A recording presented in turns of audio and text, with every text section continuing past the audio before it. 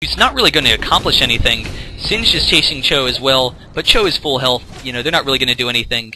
And all of a sudden, Roll the Dice is in complete control of this game. They are likely going to come down here and take Dragon, though they really need to get back. The enemy team is coming down, so the enemy team will likely get this Dragon. But Roll the Dice, you know, really just in complete control. They are winning all these fights. They are out farming the enemy now, particularly with Kog'Maw. He does have a lot of damage. As we take a look at the damage output on Cog, he is working towards Madreds. They are working on this Dragon, so they're going to take this down for their team. The enemy team is coming in trying to see if they can get a good initiate. One last time.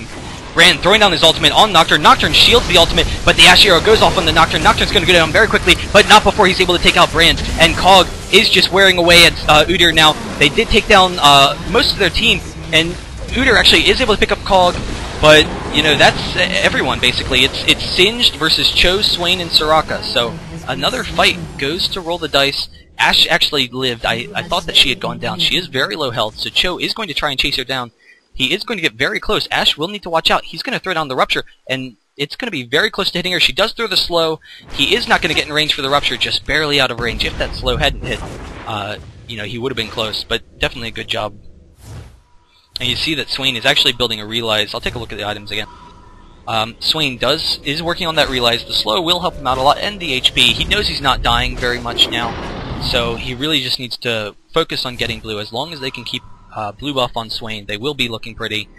And Force of Nature on Cho'Gath will allow him to take all this damage. You have seen he is staying near full health all the time, so he can be very aggressive about running into the enemy, taking their damage, and then he backs off for a second, and regens all that health.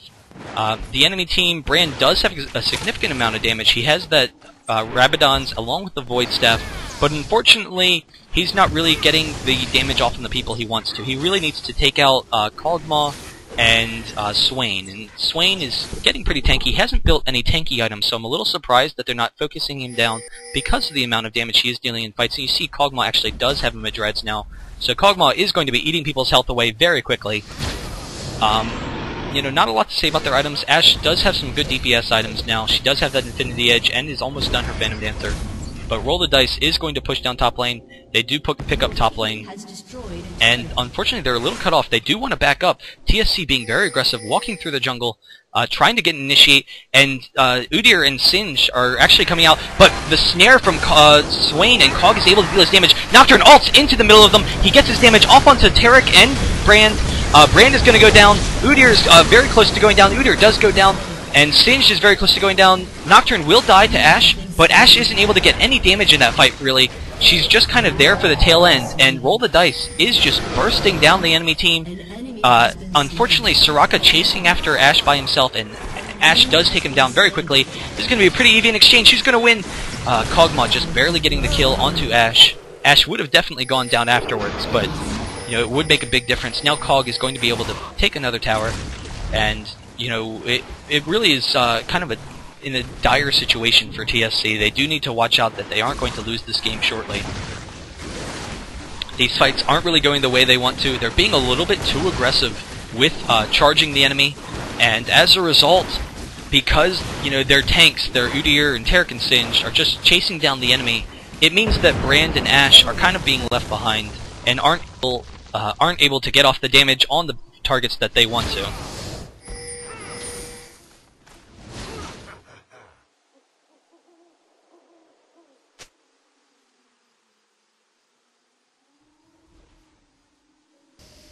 We do see that Udyr is going a semi-tanky build. He does have the Wit's Ends, working on a Randuin's Omen, but you know, really he's pretty weak at this point in the game. He doesn't have a lot of levels. He is only level 13, and they are chasing down Cho. The toss from Singe. Cho's going to be taking a lot of damage. He's going to try and pick up a kill, but the Ignite, along with all this damage, I believe Cho's going to go down very quickly. Cho's actually okay. He teleports up top to his team, and in the meantime, they are taking Baron. So the enemy team, I don't know if they didn't have vision on Baron, but Cho doing an excellent job baiting them away from him.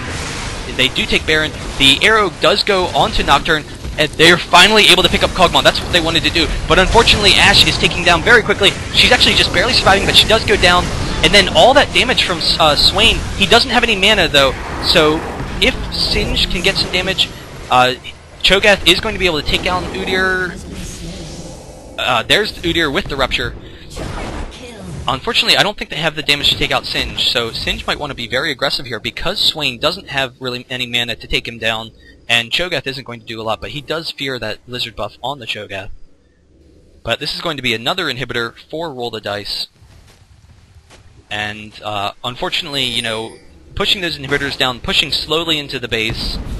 One more fight in this game is definitely theirs, but in the meantime they are going to be able to push down other lanes while mid pushes. Cho is probably going to tank this tower while they take it down.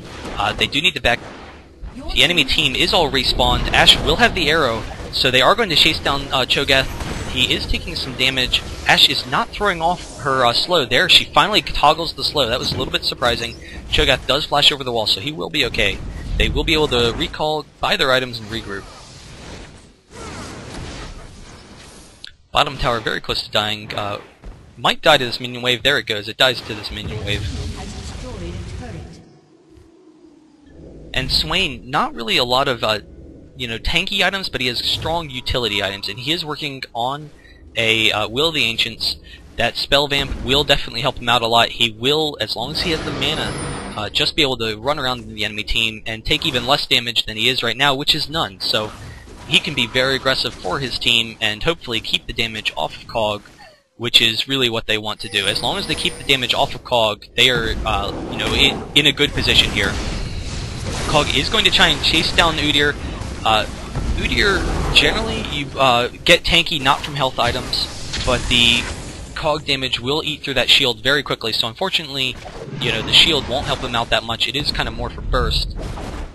Singe now being very aggressive, coming into Cog. The silence from Soraka prevents him from tossing Cog, and he's really chasing a long way, so even though he gets the toss, Cog is going to be okay, and Nocturne chases down Brand. They are able to pick up that kill very easily. Brand didn't even get any damage off, and Ashe goes down to Swain, and they are able to pick up Taric as well. Here is Udyr. This is going to be GG. They are able to keep their, you know, people alive. They were able to kite. You saw Singe being very aggressive, chasing down Kog'Maw. But unfortunately, even though he was able to get the toss, it really didn't mean anything because of how far they had kited backwards. Kog'Maw was definitely not in a good position, and as a result, once again, Brand and Ashe not able to accomplish anything in that fight. And here is the tower, and that is going to be a good game. Really effective play overall. They did fall behind pretty early, but once they kind of started grouping up, the enemy team was being very aggressive early and taking down Dragon and towers and such.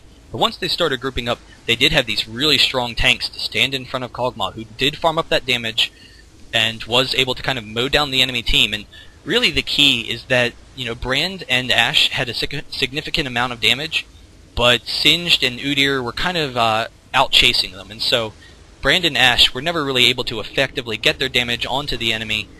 They were never really involved in the team fights. You saw a couple of times Brand would throw off his ultimate, but they weren't able to pick up any kills with it, or if they did, it would be Nocturne or something, and the real damage dealers would be perfectly fine. So, really effective game by Roll the Dice. They are able to pick up the win.